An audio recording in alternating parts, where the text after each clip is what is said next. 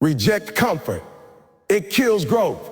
Most people don't even realize that the very thing keeping them from becoming their best self isn't failure, isn't lack of opportunity, isn't even fear. It's comfort. Comfort is a silent killer. It feels good, it feels easy, and it feels safe, but it slowly eats away at your drive, your hunger, and your purpose. Comfort is that warm bed that whispers, sleep a little longer. It's that voice that says, you've done enough for today. It's that invisible wall that keeps you from stretching your limits. You start convincing yourself that you deserve to rest when you haven't earned it, that you've already worked hard enough, that maybe you don't have to go all in today. That's comfort talking. Comfort will lie to you every single time. When you look at anyone who's reached greatness, you'll notice one thing in common: they were willing to be uncomfortable. The greatest athletes, entrepreneurs, speakers, and creators didn't reach the top by staying where it felt good. They stepped into pain, pressure, rejection, and failure, and they embraced it. They made peace with the struggle because they understood that growth doesn't come from ease. It comes from friction. Think about it. A diamond isn't formed in a gentle environment. It's created under intense heat and pressure. The same is true for you. You can't expect to live a soft life and still shine like a diamond.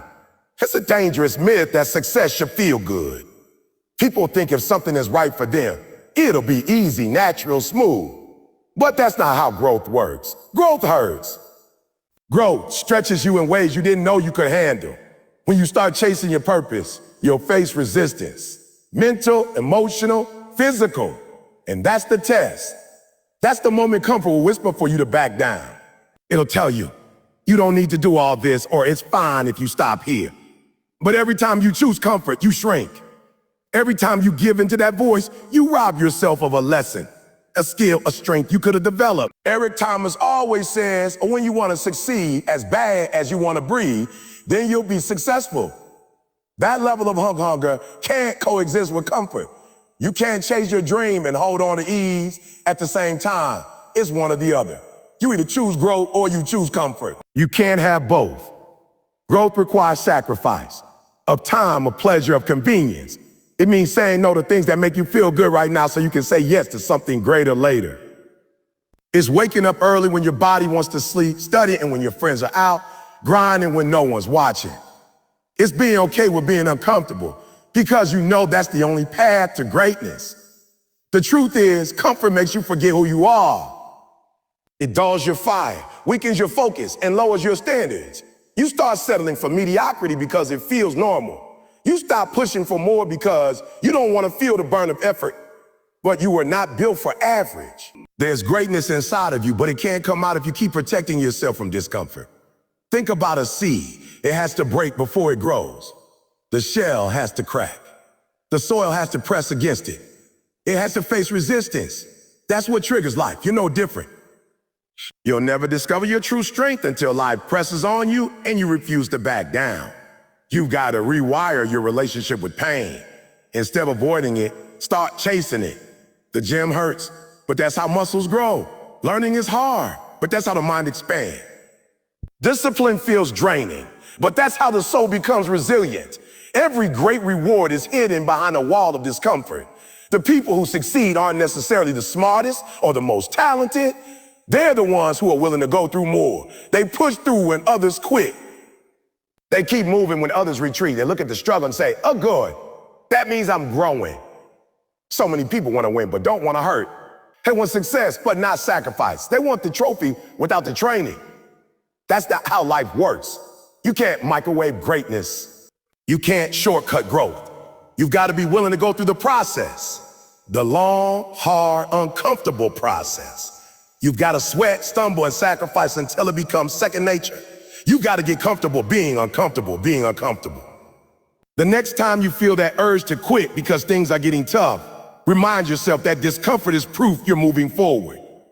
The pain you feel today is the strength you'll carry tomorrow. If you avoid it, you stay the same. But if you embrace it, you evolve. You become sharper, faster, stronger. You build character, endurance, and resilience. The real foundation of success. Every dream you have is on the other side of discomfort. Average effort brings average results. It's simple, but too many people ignore this truth. They say they want to be successful, they say they want greatness, but their actions don't match their words. You can't expect to live an extraordinary life by putting in ordinary effort. You can't give 50% or 80% and then wonder why you're not where you want to be. The results you get will always reflect the work you put in. If you do what everyone else is doing, you'll get what everyone else is getting. And that's average. The difference between winners and dreamers isn't luck or talent. It's effort, consistency, and sacrifice. There's a mindset in today's world that wants rewards without the grinds. People want the success story, but not the late nights, the early mornings, the rejections, or the countless hours of practice. They want the spotlight, but not the sweat. They want to skip the process and just collect the prize. But that's not how success works. Success is earned, not handed out. It demands everything you have, your time, your energy, your focus, your willpower, and it doesn't accept discounts. The price of success is paid in full every single day. When you study the greats, people like Kobe Bryant, Serena Williams, Elon Musk, or Eric Thomas himself, you see one common thread: work ethic. They all had talent, yes, but it was their relentless effort that separated them from the rest. Kobe was in the gym when others were sleeping. Serena was training when others were partying. It was reading, studying, and speaking when nobody knew his name. They didn't stop at good enough. They pushed past exhaustion, past doubt, past average. They gave everything they had every single time. That's what greatness requires. Average effort feels comfortable because it allows you to look like you're trying without truly committing. It lets you avoid failure because you never go all in. If you only give 70%, you can always tell yourself, I could have done better, and that becomes a shield. But when you give 120%, when you give everything you have, there are no excuses left. You either win or you learn, but you can't hide behind half effort anymore. That's why most people don't give their They're afraid of finding out they're not good enough. Afraid of failing, even after trying their hardest. But real growth comes when you push through that fear. You gotta stop measuring your effort by how you feel and start measuring it by what's required. The grind doesn't care about your emotions. Success doesn't wait for your motivation to show up. You have to show up even when you're tired, even when it's inconvenient, even when no one is watching. You gotta train your body and mind to keep going when others will quit. Because that's when the real progress happens. In those moments when it's hard, when it's painful, when your mind tells you to stop and you say, "Oh, no, I'm not done yet." Every champion understands this principle. You can't cheat the grind. You can't fake hard work. The results will expose you. The scoreboard, the business numbers, the audience reaction, they all tell the truth. If you're not getting the results you want, you don't need to complain or blame others. You need to raise your effort. Stop expecting to win with half commitment. Stop wanting full-time success with part-time effort. You can't want success as bad as you want to sleep. You gotta want it as bad as you want to breathe. And the truth is, most people are not willing to do what it takes. They say they want to be millionaire, but they won't read a book a month. They say they want to be athletes, but they don't train when no one's watching. They say they want to build a business, but they spend more time scrolling than strategizing. The gap between who you are and who you want to be is measured by effort. Every second you waste is a second someone else is using to get ahead. Every time you give less than your best, you fall behind someone who's given their all. Effort is what separates dreamers from doers. Dreamers talk about what they're going to do. Doers wake up early and get it done. Dreamers wait for motivation. Doers rely on discipline. Dreamers complain about obstacles. Doers find a way through them. When you decide to give maximum effort, you stop negotiating with your goals. You stop asking, how long will this take? And start saying, however long it takes, I'm in. Think about a seed again. You can't plant it today and expect fruit tomorrow. You have to water it, care for it, and trust the process. The same applies to effort. You won't always see results immediately, but that doesn't mean the work isn't working. Every ounce of energy, every late night, every extra hour is building something in you. Patience, strength, skill, character. Those are the invisible rewards that lead to visible success. When you start giving your full effort, life starts giving back. You'll notice opportunities opening up. Raise your standards daily. Every single day you wake up, you are faced with a choice. to live at the same level as yesterday, or to rise a little higher. Most people never change because they accept the standard average and make peace with it. They tell themselves, health is just who I am, or I'm doing better than most. And that's how they trap themselves in mediocrity. The truth is, you can't reach greatness if your standards are built for comfort.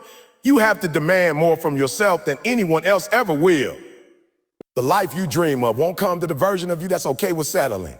It will only come to the version of you that wakes up every morning determined to outdo the person they were yesterday. Raising your standards is not about being perfect. It's about refusing to stay the same. It's about saying what was good enough for me yesterday is not enough for me today.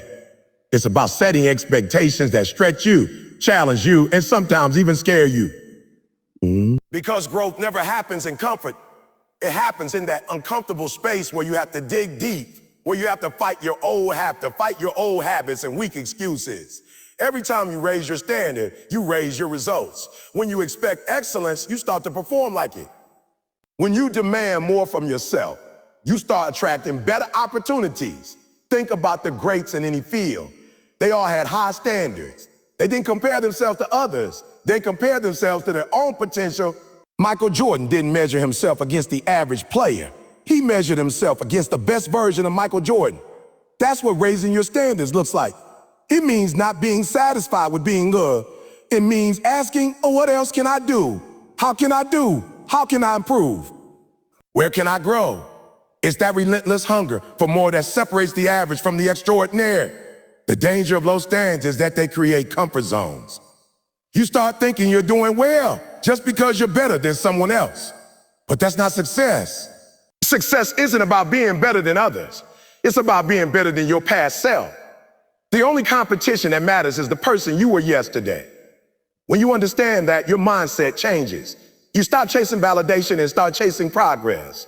You stop trying to prove people wrong and start proving yourself right. Every day you have a choice to rise or to remain. If you wake up and do what's easy, you'll stay the same. But if you wake up and do what's necessary, you'll evolve. Raising your standards means refusing to make excuses. It means doing what you said you would do, even when it's inconvenient.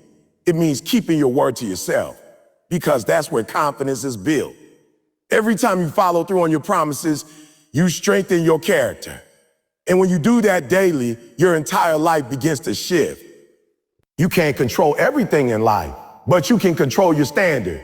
You can control how hard you work, how you react, how much effort you give, and how disciplined you are. Those are the areas where greatness is formed. Stop waiting for perfect circumstances. Stop saying you'll change it when things get better. Things get better when you get better. Your results improve when your expectations for yourself rise. The reason most people stay stuck is not because they lack ability. It's because they keep lowering their standards to match their circumstances instead of raising their standards to change them. Raising your standards requires honesty. You have to look in the mirror and admit when you're not giving your best. You have to confront the areas where you've settled, where you've become lazy, where you've allowed excuses to run your life. And that's not easy, but it's necessary. Growth always starts with truth. You can't improve what you won't acknowledge. Once you see where you've been slacking, you can start raising the bar. You can start holding yourself to a higher level of discipline, focus, and consistency. If you're serious about success, you have to set new rules for yourself. Rules like, I don't quit when I'm tired. I quit when I'm done. I won't let my emotions decide my actions. I don't give half effort. These become your personal standards, and they define how you live. The higher your standards, the higher your results, people will start to notice. So will start to notice. Opportunities will start to find you because excellence always attracts attention. Mediocrity hides in the crowd, but excellence stands out. The reason Eric Thomas became one of the most powerful motivational speakers in the world wasn't just his voice or his story. It was his standards. He refused to be outworked. He refused to let anyone out-prepare him. Every day, he raised his bar. When others were sleeping, he was studying. When others were relaxing, he was practicing. He didn't chase success. He became the kind of person success couldn't ignore. Surround yourself with excellence. The people you spend your time with shape your thoughts, your habits, your energy, and ultimately your destiny. Whether you realize it or not, your environment is constantly influencing you. If you surround yourself with people who complain, you'll start to complain. If you spend time with people who make excuses, you'll start making excuses. But if you surround yourself with people who are hungry, focused, disciplined, and driven, that energy will rub off on you. Excellence is contagious, but so is mediocrity. You have to decide which one you want to catch. Too many people limit their potential because they stay in environments that don't challenge them. They keep small circles filled with comfort and familiarity instead of growth and accountability. They love being the smartest, the strongest, or the most successful in their group because it feels good to be admired. But comfort zones create average lives. If you're always the one who has it all figured out, you're in the wrong room. You should be around people who make you uncomfortable, people who are doing more, achieving more, thinking bigger, and forcing you to elevate just to keep up. Growth happens when you feel pressure to rise. There's a reason successful people are intentional about their circle. They don't hang out with just anyone. They choose people who reflect their future, not their past. When you surround yourself with excellence, you begin to adopt their mindset. You start to think like them, move like them, talk like them. You absorb their discipline, their hunger, their standard. That's why environment is everything. You can't expect to grow in a place that encourages laziness. You can't expect to stay motivated when everyone around you is settling for average. Excellence demands accountability. The people around you should hold you to a higher standard. They should call you out when you're slacking. They should remind you of your goals when you start drifting. Real friends don't let you settle. They won't let you give up because they see the greatness inside you. They'll challenge your excuses and push you past your comfort zone. It might not always feel good, but that's what real love looks like. Someone who wants to see you become everything you were meant to be. Eric Thomas often says, if you want to be a lion, you've got to train with lions. You can't hang out with sheep and expect to move like a predator. If you're surrounded by people who are okay with average, you'll start thinking average is acceptable. You'll start lowering your standards just to fit in. That's why so many people never reach their potential. They're trying to grow in soil that doesn't support growth. You've got to plant yourself in an environment that pushes you to stretch, to hustle, to believe bigger. Sometimes that means making hard choices. You might have to distance yourself from certain friends, family members, or relationships that drain your energy or keep you stagnant. It doesn't mean you think you're better than them. It just means you're serious about your purpose. You can't pour your energy into people who don't want to grow. You can't carry everyone with you. Some people are part of your past, not your future. And if you keep holding on to what's behind you, you'll never reach what's ahead. Surrounding yourself with excellence isn't only about people. It's also about what you feed your mind. What books are you reading? What music are you listening to? What content are you consuming daily? Because everything you take in becomes part of your mindset. If you're constantly feeding your brain negativity, gossip, or distractions, you're programming yourself for mediocrity. But if you fill your mind with wisdom, inspiration, and knowledge, you start to elevate naturally.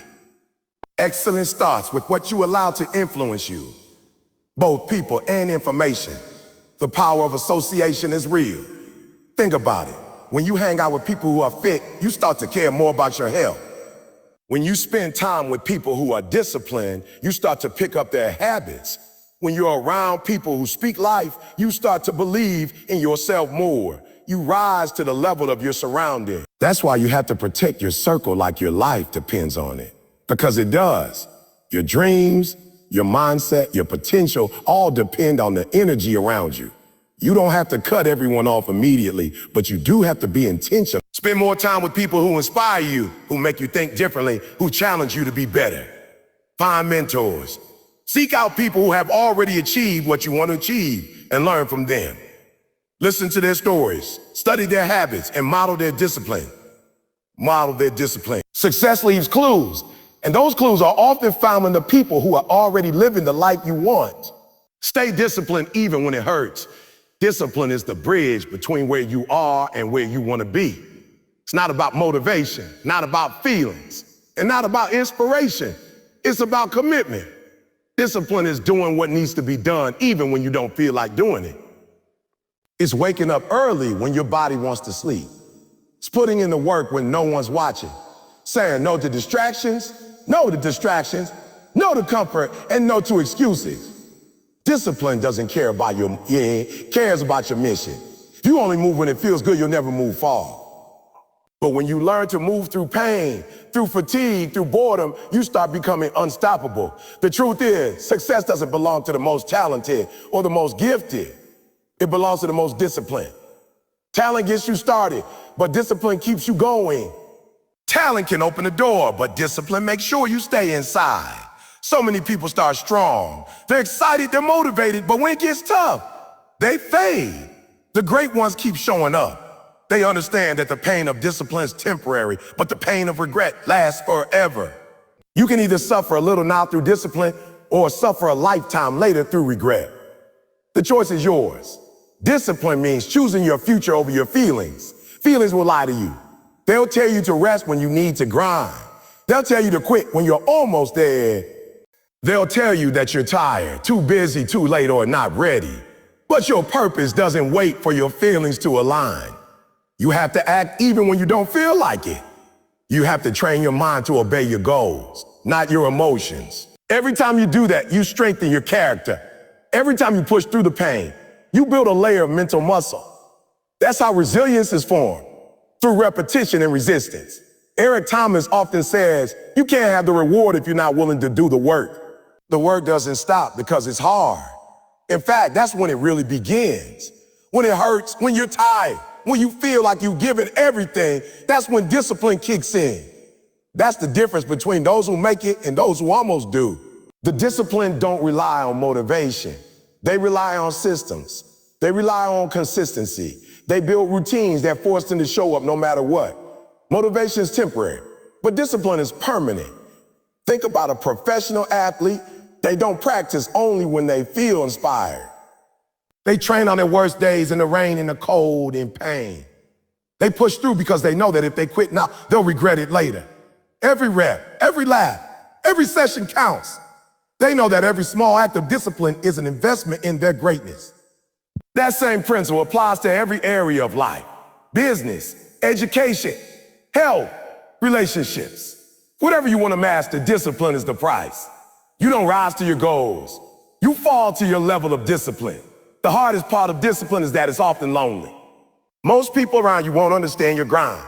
They'll tell you to relax, to take it easy, to slow down. But discipline means doing what others want so you can live how others want so you can live how others can. It's saying no when everyone else says yes. It's choosing to stay focused when everyone else is distracted. It's sacrificing temporary pleasure for permanent progress.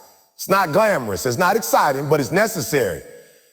Discipline is the quiet work behind every loud success. When you practice discipline long enough, it becomes who you are. You stop debating with yourself. You stop negotiating. You stop asking, should I? And start saying, I must. That's when you become dangerous. Because once you master yourself, there's nothing anyone can do to stop you. Discipline is self-control in action. It's your ability to delay gratification, to stay focused on the long-term vision, even when the short-term looks tempting. That's where true freedom is found, in the ability to control your impulses and stick to your purpose. There will be days when you fail, when you miss, when you fall short. But discipline isn't about perfection, it's about persistence. It's about getting back up and trying again. It's about reminding yourself why you started in the first place. Discipline keeps you anchored when motivation fades. It reminds you of your why when life gets hard. Every time you choose discipline over comfort, you prove to yourself that you're capable of more. You build confidence, self-respect, and momentum. Most people quit not because they don't have what it takes, but because they lack the patience to stay consistent. Discipline is patience in motion. It's trust in the process, even when the results are not immediate.